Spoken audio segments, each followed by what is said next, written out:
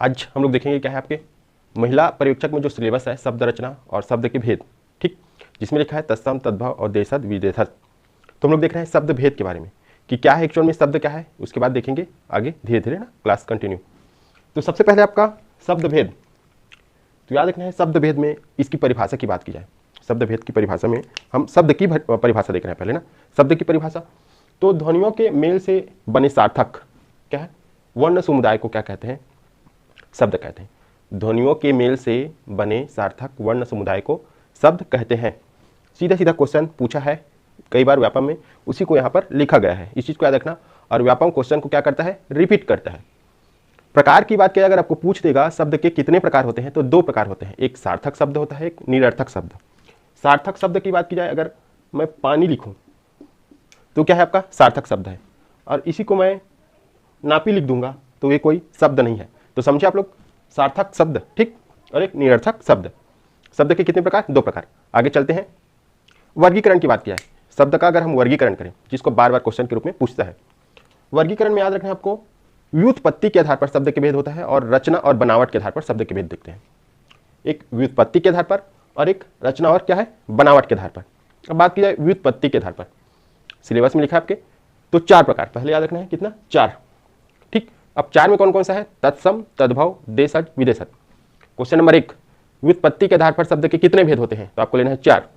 Question number दो, व्युत्पत्ति के आधार पर शब्द के भेद नहीं है या है, तो आपको चारों का नाम याद होना चाहिए कि व्युत्पत्ति में कौन कौन से आते हैं। खाली चार को याद करने से काम नहीं चलेगा। आगे देखते हैं रचना या बनावट के आधार पर। तो रचना या बनावट के आधार पर जो शब्द होते हैं उसके तीन भेद होते हैं। कितने जी, तीन, रूढ़, यौगिक और योग रूढ़। नाम याद होना चाहिए।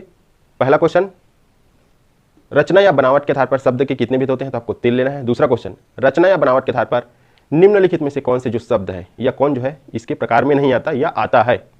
हो गया। आज देखते हैं तत्सम, तद्भव, देशज, विदेशज के बारे में। आज देख रहे हैं इसको, उदाहरण कल देखेंगे इसका ना। आज आपको परिभाषा और डेफिनेशन बता दे रहा हूं, कुछ कुछ उदाहरण। तो सबसे पहले आपका तत्सम, तत्सम, तत् प्लस सम। अब बात की जाए तो सबसे पहले याद रखना है, किसी भाषा के मूल रूप को क्या कहते हैं, तत्सम। मैं बोल रहा हूं किसी भाषा के मूल रूप को क्या कहते हैं, तो तत्सम। मैं यहाँ पर संस्कृत या प्राकृत वर्ड यूज नहीं किया हूं ना। किसी भी भाषा के मूल रूप को क्या कहते हैं, तत्सम। अगर आपका संस्कृत शब्द को क्या कहते हैं, तत्सम। किसी भी भाषा में, संस्कृत भी एक भाषा है ना, ठीक। रूप की बात किया तो ये संस्कृत का रूप है जो हम लोग पढ़ते हैं, जो क्वेश्चन के रूप में पूछा है ना। अगले देखते हैं इसमें अर्थ, तो इसको भी क्वेश्चन पूछा है, तत्सम का अर्थ क्या होता है, तो उसके समान। उसके समान, सीधा सीधा क्वेश्चन दिया है ना, तत्सम का अर्थ है तो उसके समान, या ज्यों का त्यों, ज्यों का त्यों, ये दोनों को याद रखना है आपको। उदाहरण जो बार बार पूछा है, उसके बाद कल हम लोग खाली उदाहरण देखेंगे। आम्र का होता है आपका आम, आम्र क्या है आपका तत्सम है, हिंदी रूप क्या है इसका आम। उष्ट्र का होता है ऊंट, उष्ट्र। ये जो आप दिख रहा है ना, ये रा वाला, रा का जितना रूप होता है, ठीक, ए वाला रूप हो गया, एक क्या हो गया, ये वाला रूप हो गया, ठीक।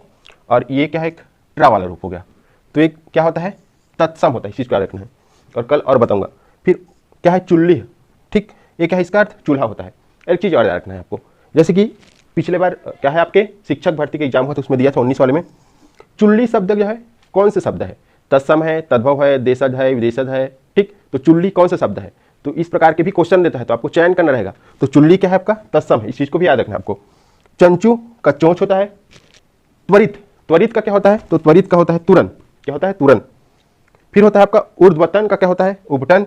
और खरपर का क्या होता है, खप्पर। और तिक्त क्या होता है, तीता। ये कुछ उदाहरण कल और अच्छे से देखेंगे। फिर बात आती है आपके क्या है, तद्भव शब्द। तो तद्भव शब्द क्या है, तो तद्भव जो शब्द है वो संस्कृत का क्या है, संस्कृत और प्राकृत से क्या है, विकृत होकर हिंदी में आता है। तद्भव शब्द क्या है, संस्कृत और प्राकृत से विकृत होकर किसमें आता है, हिंदी में आता है। इस चीज को याद रखना है। संस्कृत के, जिसको मैं अभी बताया था, जो आपका हिंदी में जो शब्द बनता है वो संस्कृत से, और कहां से बनता है, प्राकृत से। संस्कृत से भी बनता है और प्राकृत से भी बनता है। ये जो हमने देखा उदाहरण, ये संस्कृत वाला है। सेम इसी प्रकार किसका बनता है, प्राकृत का भी बनता है ना। तो तद्भव की परिभाषा में क्या है, सबसे पहले जो शब्द संस्कृत और प्राकृत से क्या है, विकृत होकर हिंदी में आए हो। दूसरा क्या है, संस्कृत के हो, अर्थ क्या है, जो शब्द है वो संस्कृत के हो, लेकिन क्या है, अर्थ नहीं, लेकिन रूप में परिवर्तन, ठीक। अगर कोई शब्द संस्कृत से आ रहा है तो उसके अर्थ में कोई परिवर्तन नहीं होगा, लेकिन रूप में क्या हो जाता है, परिवर्तन हो जाता है। जैसे ये संस्कृत से आया है आम्र है, आम्र का अर्थ क्या होता है, आम ही होता है, लेकिन वो हिंदी में आकर क्या हो गया है, आम हो गया है। तो इसी प्रकार ये क्या है, तत्सम है और ये तद्भव। तो उसी को बोल रहा है ये अर्थ में परिवर्तन ना हो लेकिन किसमें परिवर्तन हो, रूप में परिवर्तन हो जाए। आम्र से क्या हो गया, आम। ये हो गया आपका तत्सम से तद्भव। और तद्भव में किसमें किसमें से आता है, संस्कृत से भी आता है और प्राकृत से भी। आगे देखते हैं, ये क्या है, संस्कृत से उत्पन्न हो, क्वेश्चन पूछा था। संस्कृत का हिंदी रूप, संस्कृत का कौन सा रूप, हिंदी रूप। अगला देखते हैं प्रकार की बात की जाए, तत्सम के प्रकार।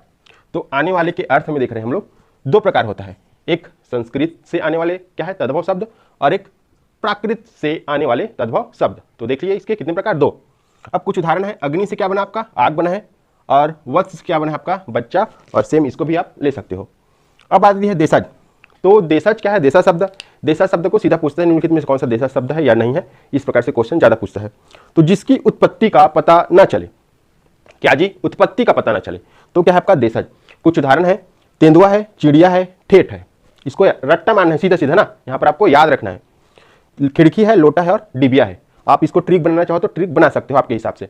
सेम उसी प्रकार होता है विदेशज। तो विदेशज में जो विदेशी भाषा से आए हो, आपका अरबी, फारसी, उर्दू, जिसको हम लोग कल जो पूछा है उसको देखेंगे, क्योंकि ये जो विदेशज है या विदेश से आया है, विदेशी भाषा से, वो लार्ज है, बहुत सारा है, तो हम लोग उसी को देखेंगे। अभी तक का जो व्यापम है या पीएससी है जिसको बार बार पूछा है उसको देखेंगे, क्या है विदेशज में। विदेशज की वही है परिभाषा जो विदेशी भाषा से आए हो। ये कुछ बेसिक जानकारी क्या है आपके तत्सम तद्भव और शब्द के बारे में, लेकिन एक एक लाइन क्या है यहाँ पर क्वेश्चन है, आप लोग एक बार इसका स्क्रीनशॉट ले लीजिए। तो थैंक यू आप सभी का। वीडियो को क्या कीजिए, लाइक कीजिए, चैनल को सब्सक्राइब कीजिए और कृपया करके दोस्तों में ज़्यादा से ज़्यादा शेयर कीजिए।